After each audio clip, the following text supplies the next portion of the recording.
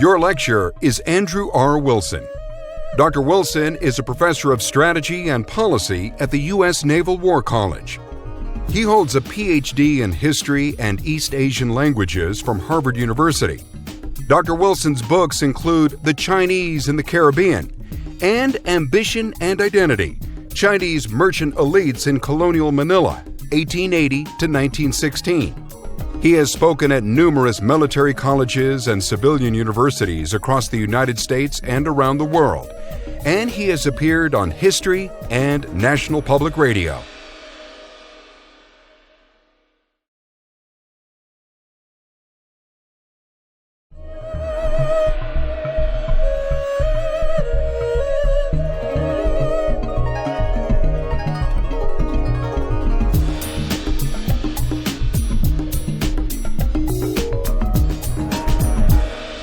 You recline on an elegant ebony couch. Around you in the stylishly appointed salon is your inner circle of cultured friends, poets, painters, calligraphers. You're here tonight to celebrate Zheng Shun's success in the civil service exams. He's only 22 years old, but he's just passed the second level. He's a newly minted Juren, literally an elevated man. If he passes the Jinshi exam next year in Beijing, he'll be set for life. You'll have a friend of power and influence in the imperial government. It's such a special occasion that you've secured the services of the most beautiful and sophisticated courtesans in the city. They're devastatingly gorgeous, perfectly dressed, and perfectly mannered. It's going to be a very special evening. Down through time, foreign observers have been surprised and perhaps disappointed that opium dens in China were decidedly un-den-like. They were bright and clean. The clientele looked and acted respectably, far from the stereotypical hopeless opium fiends of the popular imagination. By the turn of the 20th century, when China was ruled by the Qing dynasty, as much as 15% of China's population used opium. That would be about 60 million people. And it wasn't just men who indulged. From empresses and imperial consorts down to the poorest common women. Opium was central to the lives of and work of prostitutes and courtesans.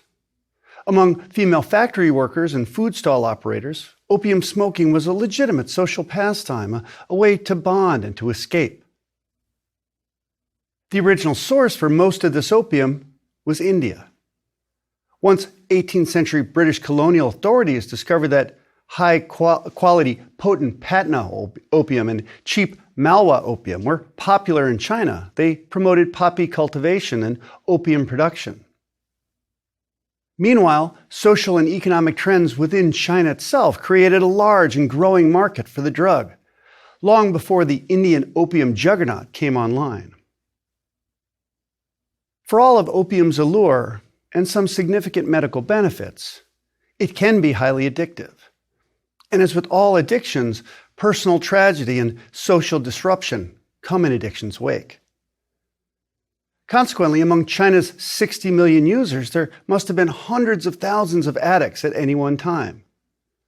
Addiction ensnared the poorest laborer and the most senior imperial official.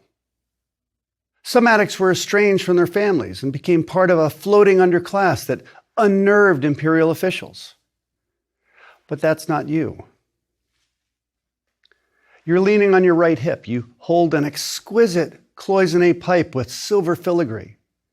It's part of a very expensive set of smoking utensils of the finest craftsmanship. The set was a gift from your father. Your female companion has shaped a small cone of the finest Patna opium and expertly fitted into the bowl of your pipe. You position the bowl over the spirit lamp, which stands on the low table to your left. The precise amount of heat from the lamp starts to vaporize the oils in the opium. Between her expert packing of the bowl and your knack for finding the sweet spot over the spirit lamp, you take in those magical vapors in one long, steady breath. Then your lady friend takes the pipe from your hand. She scrapes out the dross, cleans the bowl with the matching brushes from the kit, and then repacks some more Patna opium. It sounds like a chore, but she's so expertly trained, it's an elegant, almost hypnotic ritual. You'll probably inhale 3 or 4 more pipes, and it's going to be a memorable evening as it goes on. The alkaloids in the opium now begin to do their work on your brain chemistry. Peace and comfort mixed with mental acuity. It gets the creative juices flowing. Verses of poetry and musical measures start to form in your mind. A top-quality Indian patna was believed as well to be an aphrodisiac, although that may be more context than chemistry. Regardless, it is shaping up to be a night of romance, of high culture, and of good fellowship. Tomorrow, you'll get back to being a filial son, a responsible husband and father, and a studious and productive member of society. Can that be right? If so, it doesn't accord with notions about opium use in Imperial China that prevailed just a couple of generations ago. The prevailing view was well summarized by H. Kane, an American doctor and author of the book Opium Smoking in America and China. He wrote that, and I quote, "Opium is bound to sink morality, a fertile cause of crime, lying, insanity, debt, and suicide, a poison to hope and ambition, a slanderer of family ties, a breeder of sensuality, and finally, impotence." The image of the opium sot was not the elite moderate user, but rather the lost soul in the depths of addiction, the doomed wretch who has given up everything to chase the dragon. Well, that's a problem in dealing with the history of opium in Imperial China. It's a really loaded topic, and on many fronts it's a loaded topic. In the 19th century, it seemed that little was more stereotypically Chinese than opium addiction. It was thought to be an almost universal condition among the Chinese, a misperception that made China both exotic and dangerous. But opium abuse was as much of a problem in 19th century Britain and the United States as it was in China. Even as the pernicious threat of opium was being conflated with the xenophobic fear of Chinese immigration, the so-called yellow peril. Some Westerners reveled in the exotic pleasures of smoking opium in high-end salons in Chinatowns, decked out in the latest Oriental style. Opium is also a loaded topic from the perspective of China's national history and its national narrative. The phrase is the century of humiliation. In the Chinese imagination, the century of humiliation begins with the Opium War of 1839 to 1842, in which a venal British Empire went to war to defend its lucrative opium trade. China's defeat and the peace treaties it signed afterwards are thought to have systematically undermined China's power and sovereignty, leaving it open to foreign exploitation. This trend reached its nadir during the brutal Japanese occupation of China in the 1930s and 40s. In this national narrative, the sale and use of opium, and especially its forced importation into China, are inseparable from foreign invasion and national humiliation.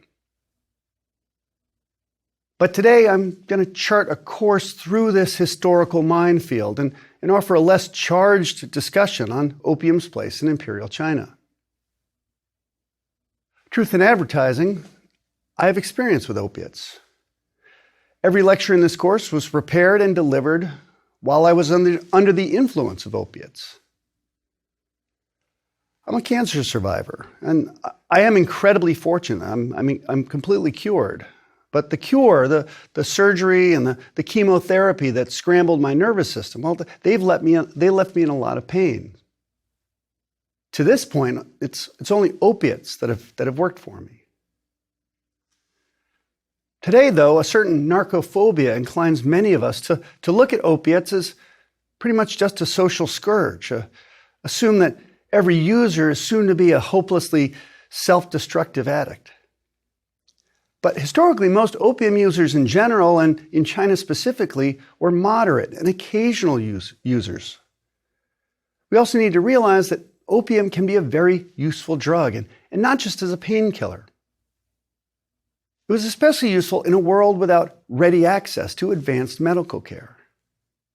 For instance, penicillin, a cure for many common ailments that opium was used to mitigate, well, it wasn't widely available in China until the 1940s. Opium is effective at treating the symptoms of pneumonia and other respiratory ailments. It's used to treat inflammations of the internal organs, of malaria, typhoid, and cholera. It's a treatment for nervous disorders, for dysentery, colitis, and a host of other gastrointestinal ailments. In the United States, opium was widely prescribed to women suffering from labor pains and from postpartum complications. As a recreational drug, moderate opium intake produces a pleasant high comparable to alcohol. So it was entirely reasonable for your average family in Imperial China to keep a small supply of opium for medical reasons and potentially to enjoy a relaxing smoke on a special occasion. And if the educated upper class, let's say you're aspiring to join, well, if they smoke opium, why shouldn't you? Most users of opium, by the way, don't build up a tolerance to the drug and thus don't feel constantly compelled to increase their consumption to get the same high. But those in the minority who are physiologically and psychologically prone to opium addiction, well, the outcome can be awful. The process of quitting the pipe, of withdrawal, may be even more daunting. Long-term opium use can cause the body to stop producing endorphins. Those are our natural pain managers. Going without endorphins makes withdrawal excruciating. Quitting opium can also cause a cascade of all those common maladies that the poppy juice had been holding at bay. There's also insomnia, seizures, hallucinations, delusions, and paranoia. Withdrawal can exacerbate pre-existing mental health conditions, such as bipolar disorder, schizophrenia, and sociopathic behavior. This is where addiction reaches beyond the individual to the family and society. So that raises the questions. Why did Imperial China get hooked on opium? As you might know, opium originated in the Eastern Mediterranean. And we know it made its way to China in the holds of Arab ships and was brought by a camel caravan from Southwest Asia. Medical and recreational consumption of opium in China long predated the drug's massive 19th century importation. We see the earliest references to opium in the 1st and 2nd centuries CE. That's back in the Han Dynasty. In the Tang Dynasty, that's 618 to 907, we see pharmacopoeia in which there's discussions of the medicinal merits of the drug. By the Song Dynasty, which ended in 1279, the medicinal value of the sticky residue extracted from the poppy was widely recognized. Su Shi, an iconic Song Dynasty man of letters and bon vivant, sang the praises of the poppy and apparently ingested his fair share of opium as well. So opium use has a long history in Imperial China. The turning point came during the late Ming Dynasty. Up to that point, most opium users, called poppy eaters, swallowed opium. But in the late 1500s, the Dutch introduced the practice of mixing opium with a new American crop, tobacco. It's a mixture called madak and is smoked through a pipe. The experience is pleasant and the process simple. The effects are almost immediate. Smoking straight tobacco and smoking madak quickly became an integral part of elite social life in China, and smoking readily lent itself to connoisseurship and high fashion. Like fine wine or single malt scotch today, China's opium fashion took on many forms, many flavors, and many variations. These are the types of things that connoisseurs obsessed about. And since opium was also considered an aphrodisiac, it fit right in with the conspicuous consumption and sexual adventurism of the late Ming Dynasty. Another thing to consider is that opium smoking was highly ritualized. A great amount of care goes into preparing opium for smoking. The flower of the poppy plant leaves a capsule once the petals have fallen off. If you slice into that capsule, it secretes a milky substance known as opium gum. Once the gum dries and turns brown, it's cooked in boiling water. That allows it to be formed into either spheres or cones to fit precisely into the bowl of an opium pipe. Your finer opium clubs or yenguan would provide an expert cooker and shaper. He or she, as we've seen, would also scrape out the dross and carefully clean and repack the pipe between tokes. A high-end opium kit included matching utensils for all of these steps. If you are visiting a private home and you are a particularly honored guest, your host would make a point of performing these packing and cleaning rituals himself. He would use the most expensive opium set he owned and the best patna opium he could get his hands on. A long pull on the pipe causes a surge of mental acuity and an uptick in blood circulation that floods the brain with oxygen. The various alkaloids in opium relieve pain and anxiety. They envelop the smoker with a sense of supreme tranquility and relaxation. That's paired with a certain mental clarity and a burst of creative spirit. You can see why this sort of recreational use of opium fit right in with literati social culture of relaxation, liberation through intoxication, and good fellowship. Sharing poetry with friends, viewing paintings, and listening to music performed by elegant courtesans must have seemed almost magical with a dose of opium. And soon it's not just what you're smoking and who you're smoking with that you obsess about. It's how cool or interesting or rare your pipe is, or how interesting or cool or rare your spirit lamp is. Just as we know that proper tea time in an English country manor is as much about the silverware and the tea set as it is about the tea and the watercress sandwiches. Chinese elites looked on opium smoking in exactly the same way. Expensive and beautifully crafted opium sets were de rigueur for the elite, as were highly elaborate and sophisticated ceremonies and rituals. And as opium smoking became a marker of elite status, the appeal started to migrate down the social ladder.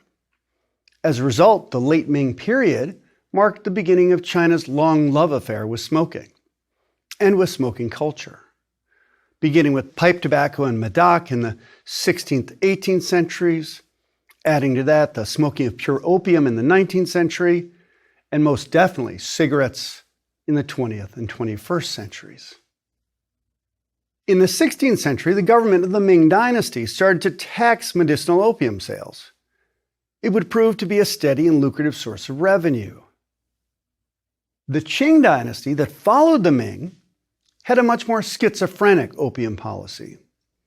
It alternately taxed and banned the drug. It couldn't seem to figure out if opium was a social scourge or a good source of revenue. In the early 19th century, some Qing officials were growing concerned about both the societal costs of opium use and by the impact the opium trade was having on the economy, especially on the silver supply. The huge outflow of silver from Chinese consumers to pay British suppliers for Indian opium reversed what had been a trade imbalance that had been in China's favor since the 16th century. The reverse in the import-export balance was enormous. Up to the late 18th century, that's in the 1780s and 1790s, 80% of the value of cargoes, Western cargoes being landed at the port of Canton, was silver bullion. The British couldn't find any products that the Chinese wanted to buy as much as the British wanted to buy Chinese silk, porcelain, and especially Chinese tea. So China had been a huge sponge for global silver for 200 years. But in the early 1800s, the foreign opium trade into China reversed that silver flow, much to the benefit of the British Empire. And Qing officials were starting to get worried. A major dip in silver supply was a potential catalyst for economic crisis and social unrest. So what we see in the opium phenomenon in 19th century China is the convergence of four major factors. The first was that pre-existing opium culture I talked about. Second was a rapidly growing domestic population, large sectors of which, especially in China's huge cities, had a modest amount of spending money, silver in particular. Third was a series of epidemics, such as cholera, that brought intense pain and distress to millions of Chinese. And fourth, there was a cheap and potent supply of Indian opium that started to wind its way through China's sophisticated internal markets. So there was a huge demand and an excellent supply chain. From the 16th to the 20th centuries, China was a cash society. And opium was a pleasant diversion or essential medication readily available to those with the cash to pay for it. Initially, it was the elite, as we've seen, who made opium a centerpiece of their social lives. Opium use was therefore widespread in the imperial bureaucracy. But as opium became cheaper and easier to get, it found a ready market and was rapidly adopted into the daily lives and social fabric of numerous communities. Here's how one British consular official explained it. He said, "A pipe of opium is to the Chinese workman what a glass of beer is to the English laborer." Smoking was practically synonymous with being an examination candidate. Taking the civil service exams was incredibly stressful, and traveling to the provincial or imperial capital to sit for the exams could be hard on the candidates physically and emotionally. And opium smoking was a common pastime for soldiers and stevedores and for the boatmen and lock operators on the Grand Canal. So as I said, opium wound its way through the immense Chinese economy, starting in the big coastal cities and then out and down through the market. By the 1830s, opium had become enough of a concern that the Qing government was forced to act. However, the imposition of domestic prohibitions made little headway. The government was particularly hard-pressed when it came to opium smuggling. Think about this. Opium is a compact and high-value cargo. It can be easily offloaded from bigger ships onto fleets of small boats, in Chinese called fast crabs and scrambling dragons. These are shallow draft galleys that easily outran government ships. They could dart in and out of the numerous coves and inlets along a porous Chinese coastline. So the government moved farther up the supply chain. Its opium czar was Superintendent Lin Zexu. He was posted to the port city of Canton, northwest of modern Hong Kong. Lin used his mandate from the emperor to force Western merchants to halt all imports of opium. Lin's methods included holding Western merchants hostage until they signed affidavits renouncing the opium trade. He also destroyed millions of dollars worth of opium. These actions were a casus belli for Great Britain. Lin Zexu's well-intentioned war on drugs led to a real war and led to the Qing's disastrous defeat in the Opium War of 1839-1842. In that conflict, Qing forces were defeated at every turn by a relatively small British expeditionary force of maybe 10,000 men. The British moved unopposed and harassed ports up and down the China coast. When the Royal Navy's steam-driven gunships, including the HMS Nemesis, when they threatened the southern capital of Nanjing, the Qing had no choice but to seek terms. The 1842 Treaty of Nanjing included the payment of reparations in silver, increased foreign access to the China market, the opening of 4 additional ports along the southeast Chinese coast. The treaty included the cession of Hong Kong to Britain. It remained a crown colony of Britain until 1997. There was a fixed tariff and, most significantly, full diplomatic recognition of Great Britain by the Qing emperor. That's the same as the emperor admitting that Queen Victoria was his equal. The Qing model of foreign relations had been prefaced on the idea that the emperor was superior to all other rulers. And that's why many historians identify this military defeat in the Opium War and these specific treaty terms as the beginning of the end of Imperial China. With respect to the ongoing opium trade, the opening of more ports increased and broadened British India's access to China, and Chinese demand easily kept pace. In the 1870s and 80s, opium imports peaked at over 10 million pounds a year. Its use was more pervasive than ever. But domestic production was rapidly catching up. By the end of the 19th century, most Chinese were smoking Chinese, not Indian opium. Still, all aspects of this opium phenomenon, poppy cultivation, opium's distribution and consumption, well, they were all inextricably bound up with late imperial culture, with society, with economics. And if we stick to the traditional historiography, this is a sad tale of a foreign drug and the aggressive foreign powers that imported and marketed that drug, overcoming China's traditional institutions and poisoning Chinese society. Let's remember, though, that not all opium smokers were addicts, but as opium became more potent and cheaper, and as many Chinese shifted from smoking madak to smoking pure opium, addiction became a major problem.